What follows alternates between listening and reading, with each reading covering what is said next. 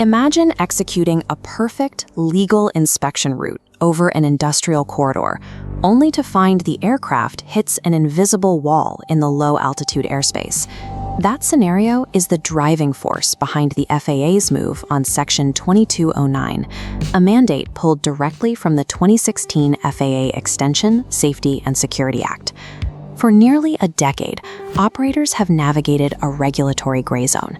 We've relied on an unpredictable mix of emergency NOTAMs, localized security pressure, and ad hoc special security instructions. The tension here is valid on both sides. Facility owners need a reliable mechanism to keep unauthorized aircraft away from power plants and refineries, while commercial operators need to avoid broad, localized bans that wipe out legitimate mission profiles. To resolve this, the FAA has published a Notice of Proposed Rulemaking, or NPRM, to establish a brand new framework under 14 CFR Part 74. Part 74 proposes a nationwide system of unmanned aircraft flight restrictions, known as UAFRs. The goal is to move away from localized, one-off rules. Instead, qualifying facilities will use a formal petition process to request federally recognized airspace protection. But the success of this rule depends entirely on structural precision. If commercial drone operations are to scale safely, the FAA must build these boundaries without turning the national airspace into a patchwork of invisible traps. If the final airspace structure isn't geospatially precise and easily readable by flight planning software, it will completely strangle advanced commercial operations and routine critical infrastructure inspections. This 3D topographical map illustrates the low-altitude airspace saturated with proposed UAFR zones over power plants, dams, and military bases. Zooming in on the power plant reveals the first tier, the standard UAFR, represented by this blue wireframe dome. Standard UAFRs are designed to establish specifically restricted volumes of airspace around eligible, fixed-site commercial infrastructure. Panning over to a sensitive federal site, we encounter the second, more severe tier, the special UAFR, marked by a solid red dome. These special UAFRs carry a much heavier security posture. They include 5-year operational designations and require distinct endorsements from federal authorities. Under existing statutory authority, special UAFRs may be treated as national defense airspace. Professional operators must recognize this distinction immediately. National defense airspace violations carry severe, non-negotiable federal enforcement consequences that outweigh standard airspace deviations. That brings up an immediate operational question. How do legitimate commercial flights bypass or navigate through these new UAFR obstacles?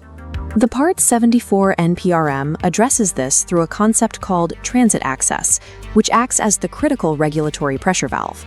The proposal explicitly outlines that operations conducted under Parts 91, 107, 108, 135, and 137 are eligible to transit these standard zones. But transit requires meeting specific prerequisites. The first is an active, verified remote ID broadcast. UAFR implementation makes remote ID a primary prerequisite for mission success. Access now relies on the system's reliability and spoof resistance. The second and third prerequisites dictate that the routing must take the shortest practicable time, and the operator must submit formal facility notification through the proposed FAA process. Looking at this top-down vector flight path, we see a real-world scenario. A utility corridor inspection legally clips the outer radius for a standard UAFR. Because the system verifies the remote ID is active and the route is practicable, the drone is cleared for passage. Transit access ensures that legitimate, fully documented operations are not blocked by overlapping boundary lines, provided the flight creates no meaningful security exposure to the facility below. Now we need to address the highest risk operational misunderstanding in the entire Section 2209 rollout. This split screen clarifies the law. The UAFR rule does not grant private facility operators any counter-UAS authority.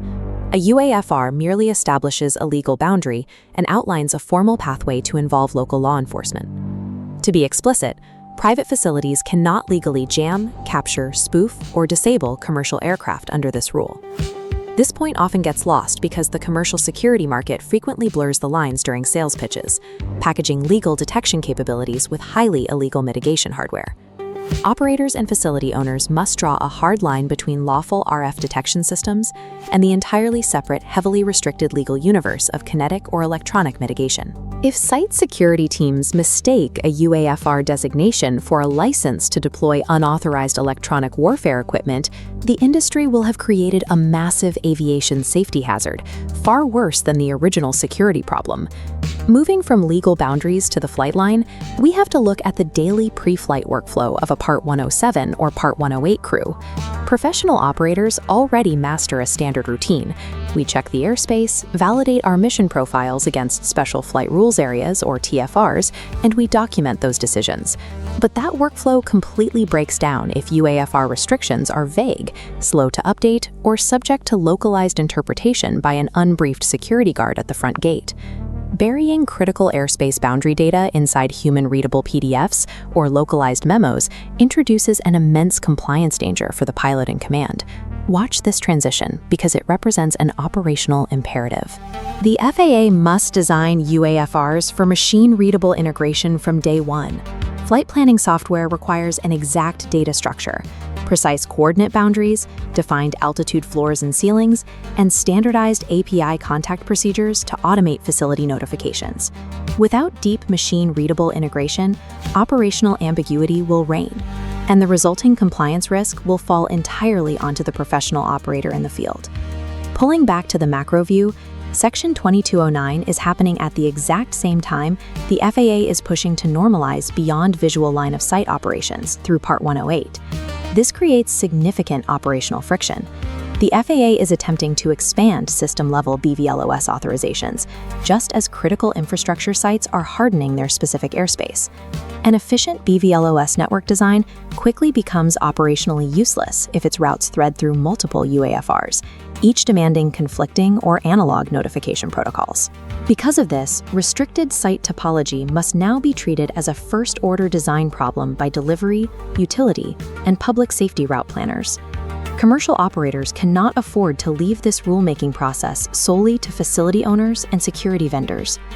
The FAA has released a 181-page NPRM and opened a specific 60-day public comment window under docket FAA 2026-4558. Operators need to review the docket and comment aggressively on the need for mandatory digital publication standards for all UAFRs. We must demand highly predictable, universally applied transit rules that serve both Part 107 and future Part 108 operations. And we need to advocate for strict security training requirements, ensuring facility guards understand exactly what a UAFR does and does not authorize. If shaped correctly by industry feedback, Section 2209 becomes a robust, predictable layer of the low-altitude ecosystem. If ignored, it becomes a permanent, unnavigable maze.